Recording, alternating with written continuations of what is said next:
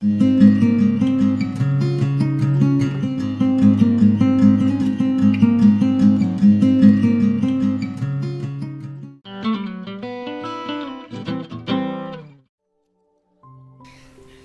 and welcome back to LDF-Designs art. With today's video, I'm going to be doing an oil and cold wax piece. My son and his fiancé are starting a bed and breakfast down in West Lafayette, and they both graduated from Purdue University, and they've asked for some artwork for their walls that will incorporate Purdue's logo. So that's what I'm going to work on today. I'll be using the pan pastels, a charcoal pencil, a graphite pencil, and some oil paint sticks. I also have some tar mixed with vegetable oil here, and then yeah, we'll go from there.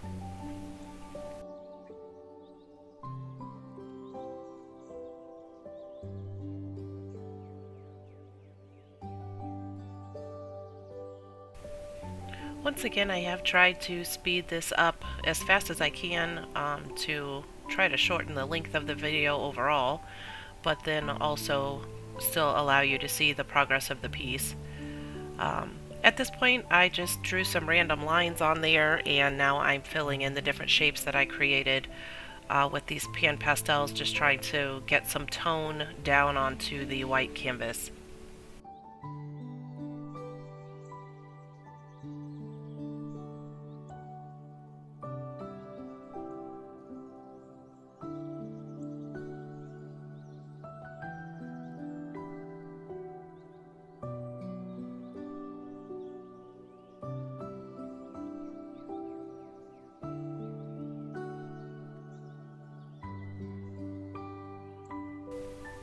I always find it helpful to start most of my pieces by doing the random lines. I feel like it, for one, kind of loosens you up a little bit, but also just gives you a little definition and a place to start when you start to put the composition together. I have something special in mind for this piece that you'll see as we keep going here, so that's kind of why I am putting the colors down where I am.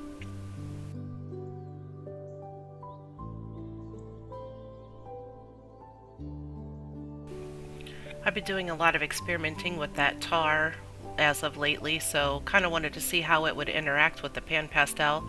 I had it very thinned out with the vegetable oil when I placed it onto this paper, and so as I blended the colors onto it, I really liked the colors that came out of it and the texture of the colors. That tar and oil really gave the pan pastels a little bit of a different texture.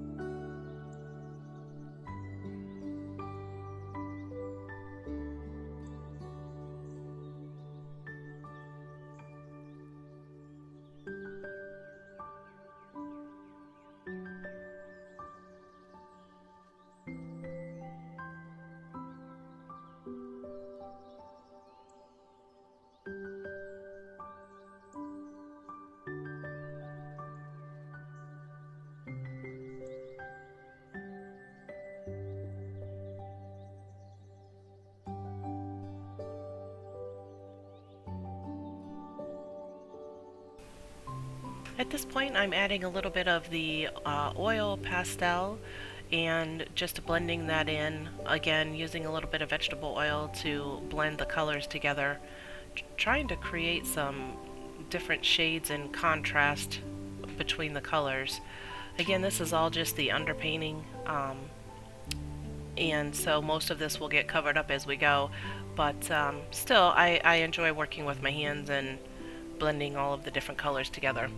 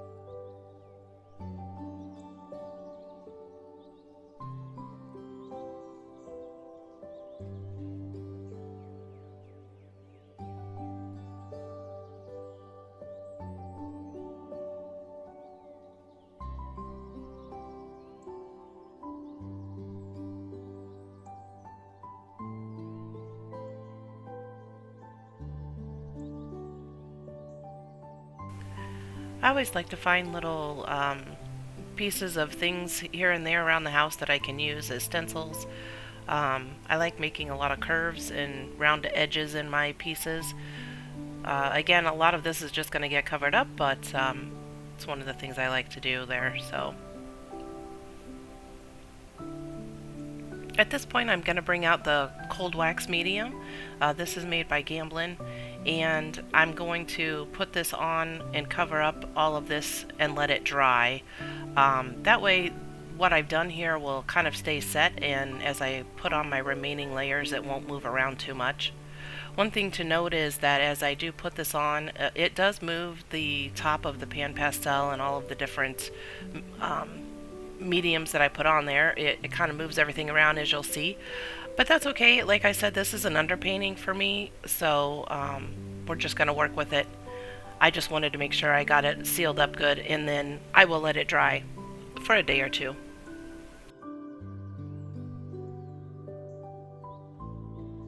At this point, I'm just setting aside that cold wax that has all of the stuff mixed up in it. I'll save that and reuse it later.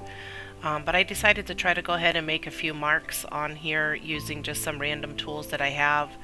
Again, knowing I was going to let this dry, those marks will set in and stay on the piece as I add the other layers later.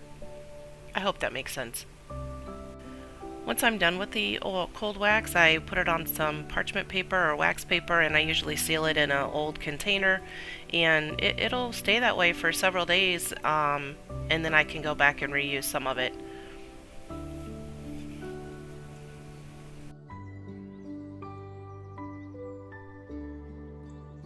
Okay, so this is a couple of days later. The piece has dried, and I pulled out these oil paint sticks, and then I have also the yellow ochre paint and the white paint, which I've already mixed with the cold wax down there on my palette. You can see these are just all the colors I'm trying to incorporate into the piece, trying to keep it true to the Purdue gold and black colors.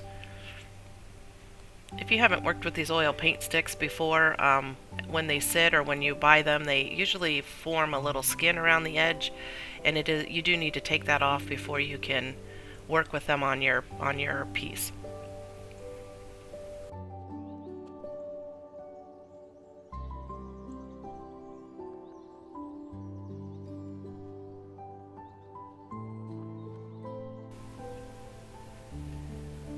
So when I first started in my art career, I was starting in oil and cold wax, and I did a lot of stenciling.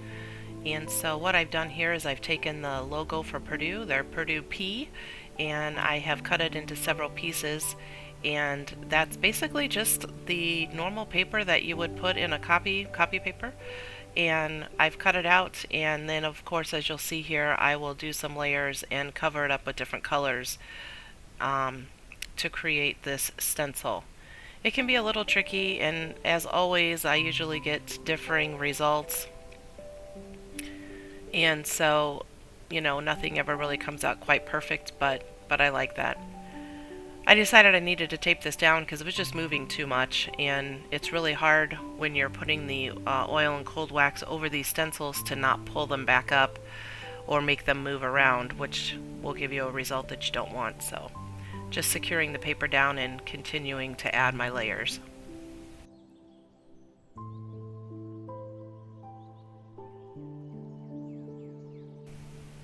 This process always requires a little bit of reverse engineering because you kind of have to think about what color it is that you're trying to hold in place when you're placing that stencil over it. So yeah, it takes a little backwards thinking, I guess.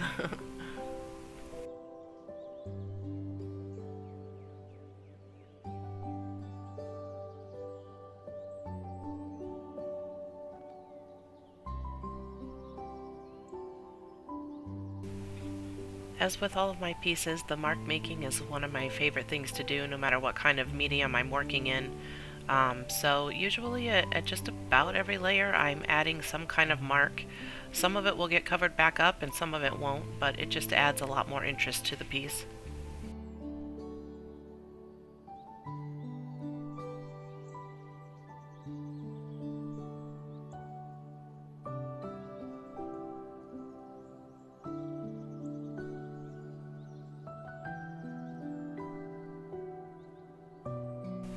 At this point I had one more piece of the stencil to place, and I needed the color underneath that to be black. But as I was putting this on, I was struggling a little bit to get it up to the edges the way I wanted, and also to hold the color, because they were wanting to blend quite a bit there. One of the tricks to this is knowing at what stage to pull the stencils back up. If you leave them in there too long, they're really hard to get up and they'll rip. And if you take them off too soon, which I do take them off pretty quick here because I wanted to do that for the video, the paint is obviously very wet, so it's very easy to smudge it or move it around. But at any rate, this is one of the final pieces of the stencil that'll go on, and then I'll work on finishing up the piece here.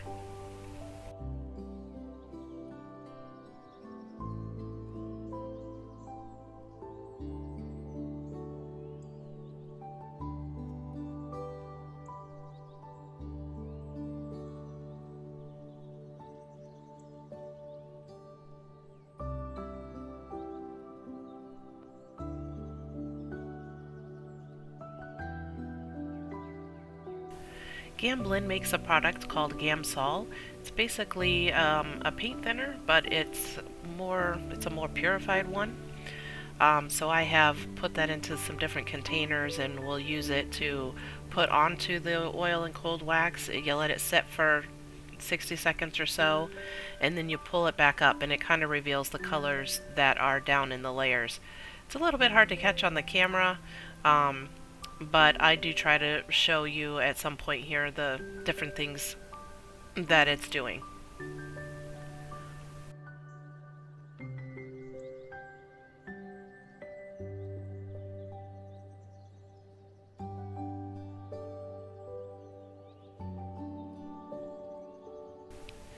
I felt like the piece needed to have a little more neutral color added to it, so I had mixed up some different grays with the colors that I have there on my palette, and just started adding some of that in, and then also wanted to try to make it feel like it had some movement to it also. The fun thing about the oil and cold wax is you can really pull it and push it around and create a lot of movement with it. It's a really fun medium if you haven't tried it. Just adding some more marks into this layer. I like to take these little scrunchies. I get them at the dollar store. They're basically scrub pads for your doing dishes. But you can make some really random marks with them, and I like that a lot. Decided to add some straight lines over here, and then once I did that, decided I didn't really like it, so tried to pull them back just a little bit, leaving them slightly, but also covering them some of it back up.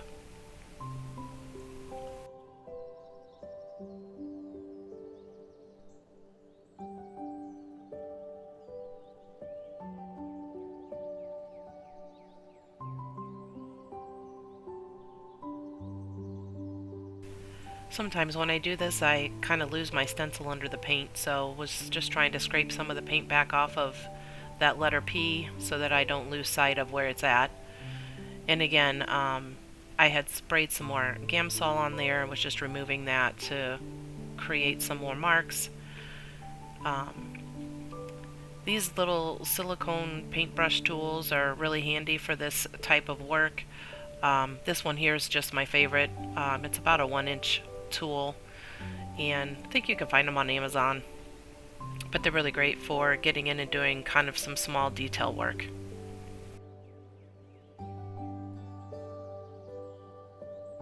This piece is actually going to be the middle of 3 pieces. I'm going to have a triptych that I put together.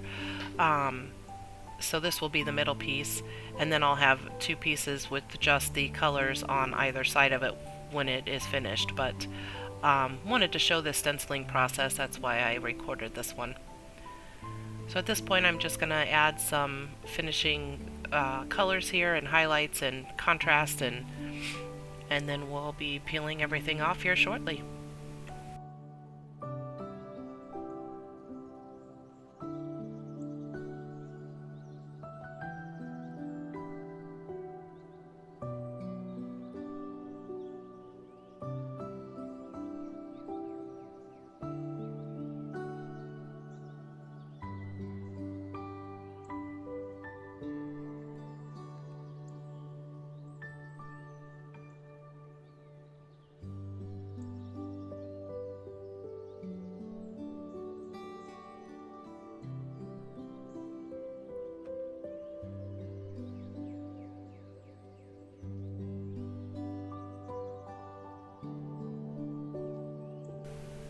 My stenciling had it bled a little bit and had a few lumps in areas that I wasn't as thrilled with as I'd liked, but overall it worked out pretty well.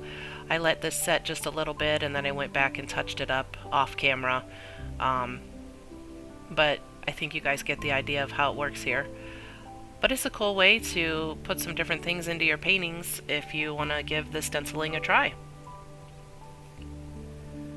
I'm glad that you were able to hang in there with me today as I created this oil and cold wax piece for my son and his fiancé. I hope you enjoyed this video.